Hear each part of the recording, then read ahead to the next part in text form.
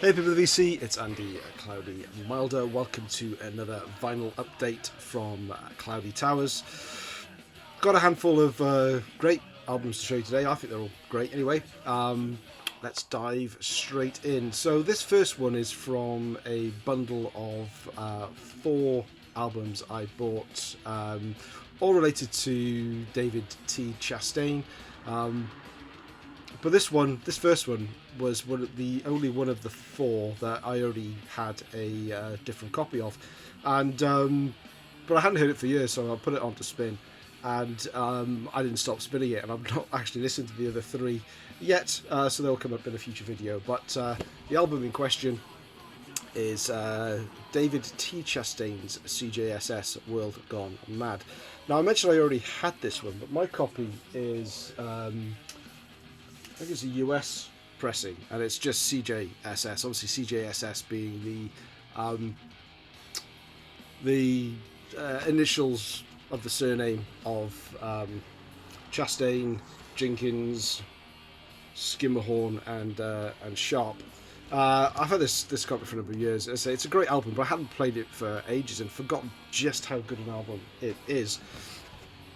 This, on the other hand, is a French pressing from 1986. Originally came out in 1985, the other copy.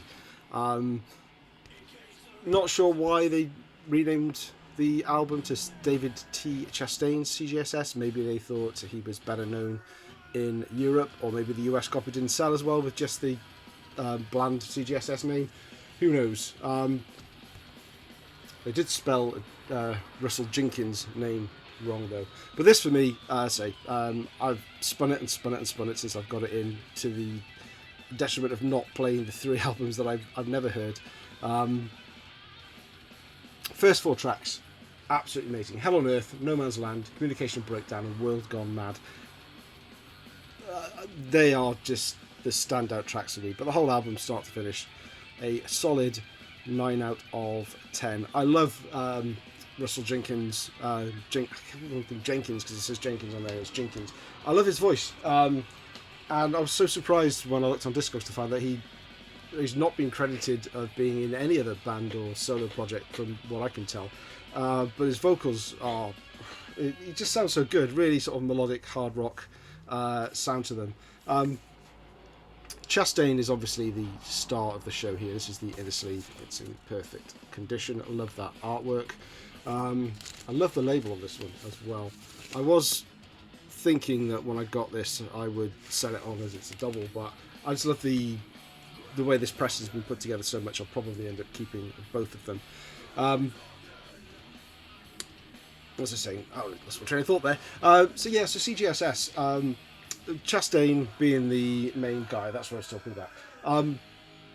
He's obviously one of these guitar virtuosos that likes to go off on sort of long guitar wankery trails, but in the confines of CJSS, a proper band with proper songs and lyrics, what he does is limited, but it's done perfectly. So the solos are where you expect them to be within songs, and they're not overly long as a result, and they're just perfectly executed in my mind. So not over the top, and the perfect place for a guitar wanker to whittle and noodle noodle his work away.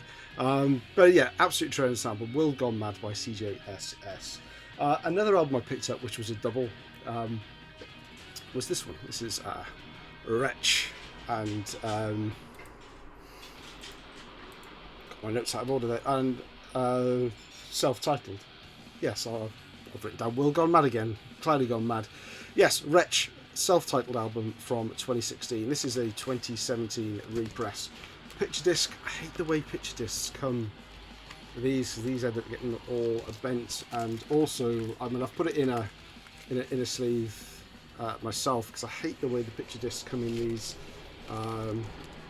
flexible, semi-rigid bags, and that just stick to the picture disc, and I hate that. I wouldn't normally buy picture discs at all unless they came with a like the way Iron Maiden do, where they come in a proper album cover. It's almost as if picture discs don't need to be protected like black vinyl, which is absolutely ridiculous. But anyway, I digress. I picked this up because I found it on eBay and it was £6.99. Buy it now, delivered, and I couldn't pass that up.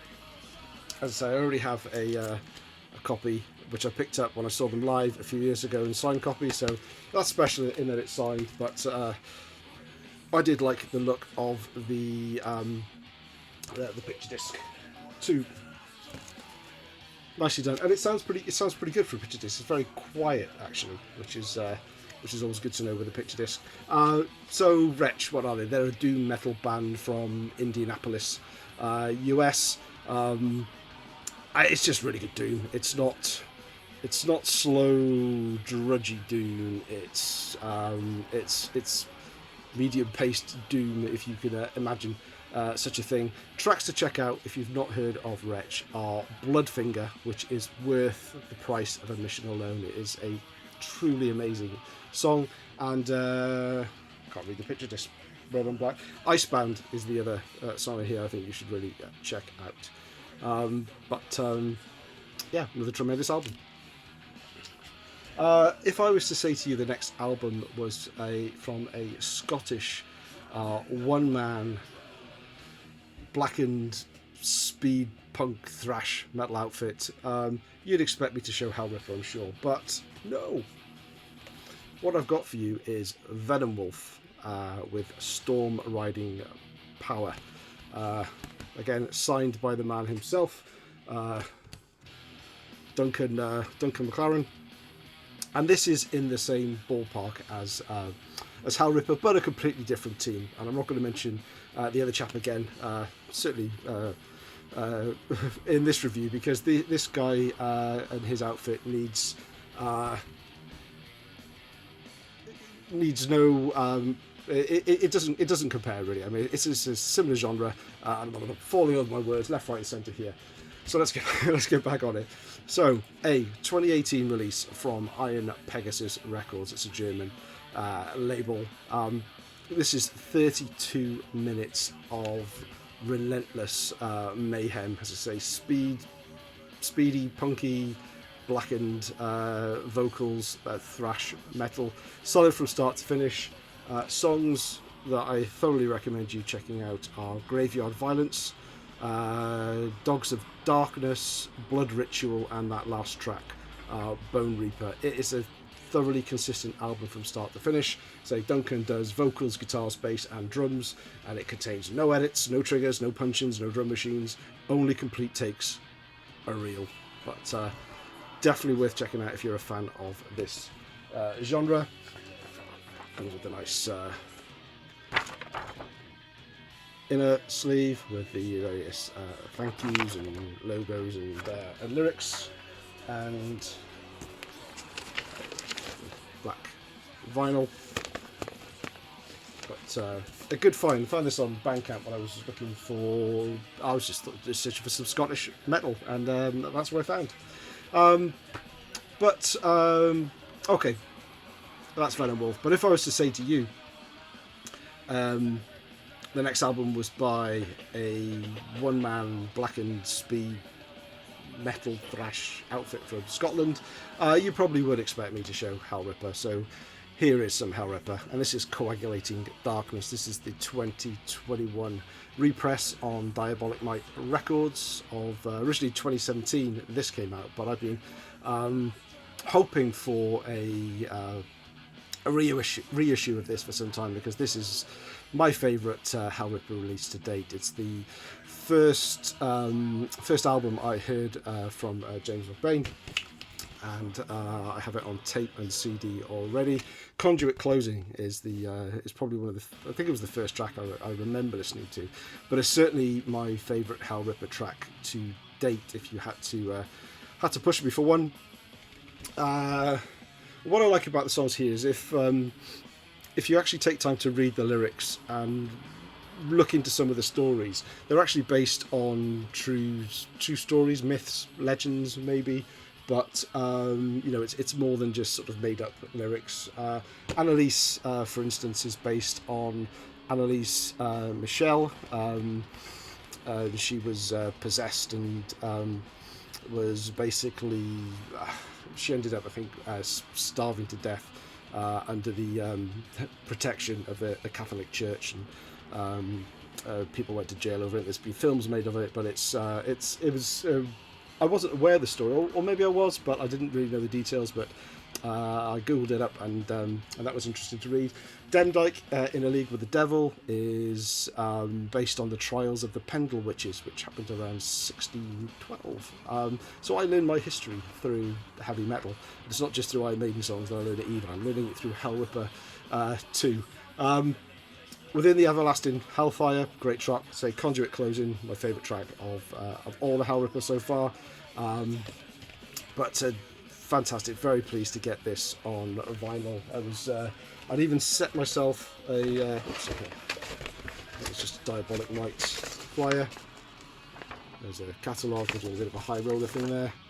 I even set myself a reminder on my phone to, as soon as the pre-order opened, I was F5ing the hell out of my browser and to make sure that I got in, and they sold out pretty quickly as well. There's James himself with the lyrics, and this just came on custom label, and black vinyl, black and speed thrash metal on black vinyl, the way it should be. Moving on, away from the noise, back to my first true love around the new wave of British heavy metal.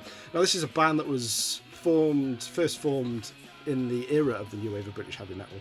Released one album in '86 and then a couple of cassette-only releases after, none of which I've heard, I have to admit. But I did come across this band recently, and that's Desolation, Angels and King. I first became aware of these when this album came out a couple of years ago on Dissonance Productions, but I didn't really know enough about them to dig in. I just remember the cover. The CD cover was a blue version, but again, eBay didn't read proud. I showed a lot of Back on Black reissues and vinyl reissues of CDs recently, because they're always going really cheap on eBay and places like EMP. So always look out for them, because they are fantastic releases. They are barely, sort of true to form. Like, a lot of people look for reissues to mimic the original completely. Now, whereas this wasn't on vinyl before, you'll find that all Back on Black come in a gatefold, regardless of whether the album came on gatefold, and all the information will be within the gatefold, so the lyrics and the band photos and the thank yous and all that stuff. But that's your picture of Desolation Angels. And what I like about this, so this is a new album, new material from 2017, is you can tell the difference between a band that has been around for 40 years, albeit in and out, but learnt their trade 40 years ago, playing traditional metal today, and a band that formed in the last 5-10 years playing traditional metal today. They're certainly not trying to be that sound, because they are that sound, and I'm probably doing a terrible job of explaining what I mean, but you can tell instantly that these guys have been masters of the craft of their instruments for many, many years, longer than a lot of newer bands going in just starting out. And that's nothing detrimental to those new bands starting out, because everyone has to start out somewhere, but this is just really solid album. Do check out King, Doomsday, and Another Turn of the Screw is probably my favourite track on here. Hellfire as well on side 2, all worth checking out. Vocally, vocals are always important to me. They make or break an album. This guy has a touch of the Biff Byfords around him. Not Biff Byford as you'd hear him now in Saxon, but early Saxon, and it just suits the music so well. If you come across Desolation Angels King, I'd grab it. This copy only cost me about £9, I think, off eBay, so well worth it. Sticking with the new wave of British heavy metal, this time a band that only existed in that time and didn't exist for very long. They only released 2 7-inch singles and 1 12-inch single in their career, and what I have here is a High Roller Records reissue of all 3 of those, plus some demos. So this release is called Aftermath. or Aftermath, because they're from Yorkshire in England. Formed in 1979. They seem to be one of these bands that was there or thereabouts and was promising to be really successful, but just either never got the breaks, and they had a few lineup changes. They used to support likes of Saxon and Def Leppard, and they have a Saxon and Def Leppard sound. Def Leppard musical sound, not the screechy vocals, the screechy nails down a blackboard vocals that you'd find on, say, Def Leppard. But there's certainly Saxon and Def Leppard musical influences in here. So the first 3 tracks, Return of the Gods, Wildfire and Aftermath, were the first 7-inch single. Sharpen Your Wits, Rock and Roll is the Way, and Life in London, I think, was the second 7-inch single. Then they had a couple of lineup changes, and then the last 3 tracks here are with a different vocalist, and Escape from New York was the name of the 12-inch single. Now you can hear the progression even in this, even though it was only from 1981 the original singles were released, and 1982 was when the last 12-inch single was released. You could hear that progression with a change of vocalist as well, to a slightly more commercial metal sound, as was in around 82. As I say, this is a High Roller reissue. Love the black inside of an album. As with all High Roller records, certainly where they put together these compilations, you get a really good write-up on the inner sleeve, and here you can see the 2 7-inch singles and the label here for the 12-inch, and a good bio for the band as well, well worth reading, and the lyrics. As for songs to check out on Get Us X, if you do want to check them out, and I thoroughly recommend you do, Sharpen Your Wits, Return of the Gods, and 666, although 666 has a massive nod to Diamond Head in there. If you listen to that song, you will know it straight away. You don't need me to tell you exactly where it is. This comes on a nice sort of white vinyl. I do like a nice solid white vinyl, I must admit. Obviously difficult to see if there's any blemishes or scratches on it, but I quite like a white vinyl, I must admit. So on High Roller, and the High Roller catalogue sheet that comes with it as well. That again was a really cheap eBay purchase. It was on buy it now for a tenner or make me an offer. I put an offer for £8.50, thinking that if I went for 8 the guy could back 9, and he took it, and it was £8.50 delivered again. So some right bargains out there at the moment on eBay if you're prepared to look. I've got one more for you today. Now this is, I'm going to call it, this is a grail, a semi-grail if you like. It's not that it's an album that's hard to come by, it's just an album that I never see in the wild, and I kind of, whenever I see it on eBay or Discogs, there's usually something maybe I want a bit more, or I'm not prepared to pay the going rate with all the postage and packing on top, because I'm a bit tight like that. So imagine my surprise when I went into the local Oxfam music shop in Edinburgh, and I found a copy of it right there, and the album in question is Twisted Sister, Stay Hungry. As I said, not the rarest album, but I never see a copy in the wild, and this one is in absolutely fantastic shape. This completes my 80s collection of Twisted Sister, and that's really as far as I want to or need to go with them, if I'm perfectly honest with you. I mentioned that it was an Oxfam shop. The Oxfam shop in Edinburgh is a part of it's a proper chain of Oxfam record stores, so it's not charity shop prices.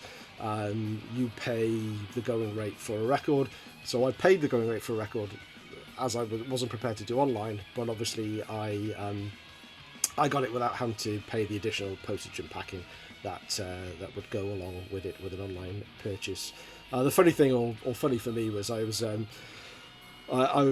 about a 25-minute walk in a place called Stockbridge, the next village to me, and I walked home after buying this, and a guy asked me if I wanted a bag. I was like, no, it's fine. And I was walking through the park on a really nice sunny day with an album under my hand, and I felt like I was kind of transported back to 1986 on the way to one of my mates' houses with an album to play and share and what have you. So yeah, it's good times. But as it was, 50 years old, walking through a park in Edinburgh with the Twisted Sister album scaring all the young children and the dog walkers.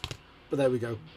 This is not my favourite album either by Twisted Sister. I do prefer Under the Blade, but it was one that I've desperately wanted to add in, and it's in fantastic shape. So I'm so glad that I decided to pop out on that day.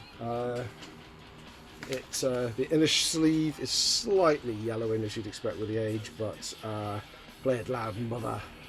But it is in great shape. It's got that musty 80s smell to it as well, so yeah, in great shape. And it also came with the merch sheet as well. And what I love about this merch sheet is it's the hand-drawn merch. They haven't even got photos of the actual merchandise here, and it says right at the bottom, designs may vary slightly. So yeah, designs may not come looking like caricatures, is basically what they're saying here. So, but always delighted to find original inserts and merch things in an album. That's it. That's my last final update for. I was going to say for June, but it's suddenly July, and I never even noticed. What we are listening to in the background is some UK thrash metal. That's a Bangover with a Shovel Butcher. It's an album that Metal Mickey turned me onto. It's just a CDR, but great UK thrash metal that has approval pending from the British Dental Association for some reason. Songs to check out in here: Be a Death Experience, and Grand Moff Tarkin is quite a good nod to Star Wars there as well. Well worth checking out if you like your UK thrash metal. Nice and cheap, so it costs about £5 as well. Anyway, as always, thanks for watching. Actually had a blip of subscribers in this past week, so if this is the first update I'm doing for you new subscribers out there, thanks very much for jumping on board. You'll see videos from me pop up every now and again. No need to smash that bell. So yeah, talk to you in the comments. As always, thanks for watching.